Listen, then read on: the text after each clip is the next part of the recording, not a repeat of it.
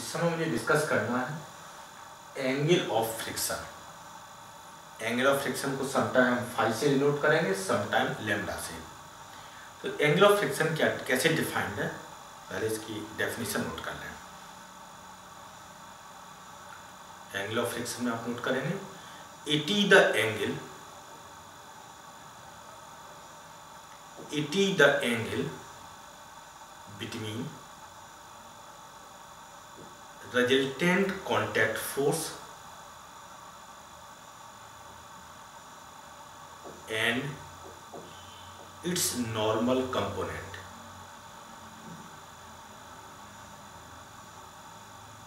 Okay, अब देखिए यहां पर आप देख रहे हैं ये आपके पास R आपके पास रिजल्टेंट कॉन्टैक्ट फोर्स है, यहां पर N आपके पास नॉर्मल कंपोनेंट है। तो एंगल ऑफ फ्रिक्शन क्या डिफाइंड है कि it is the angle between resultant, ये आपके पास रिजल्टेंट कॉन्टैक्ट फोर्स है, ये इसका नॉर्मल कंपोनेंट है, इन बिटवीन जो एंगल है दिस एंगल, इसको फाई और लैम्डा से डिनोट करेंगे। इसी टाइप से यहां पर देखिए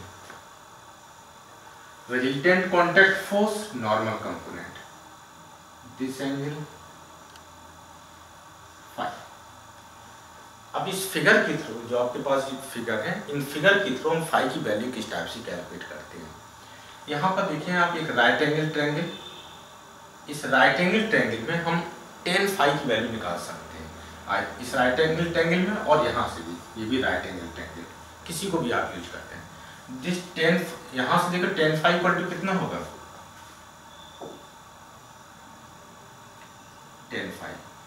tan phi equal to this side divide by this side. This side कितनी है Fs, friction force, divide by this value कितनी है नॉर्मल कंपोनेंट।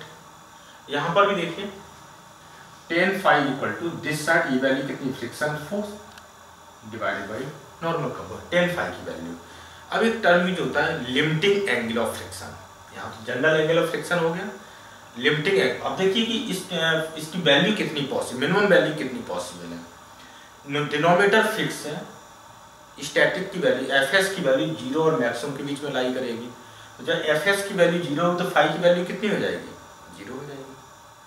ठीक है, लिमिटिंग एंगल ऑफ फ्रिक्शन क्या होगा, it is the angle between, देखो इसके बारे में कैसे, it is the angle between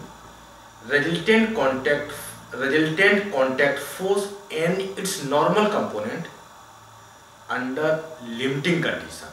under limiting condition का क्या मीनिंग है, that is the block just before start to slip, या that is the block just about to slip।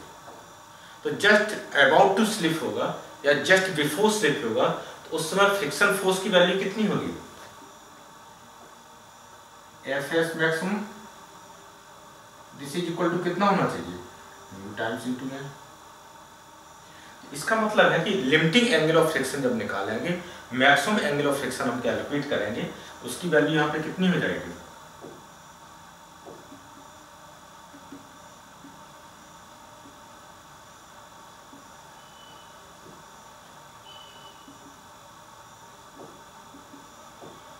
Limiting angle of friction, इसके लिए हम क्या लिखना होगा, tan phi L limiting condition, friction force की लिमिटिंग वैल्यू कितनी हो रही है, म्यू इनटू n।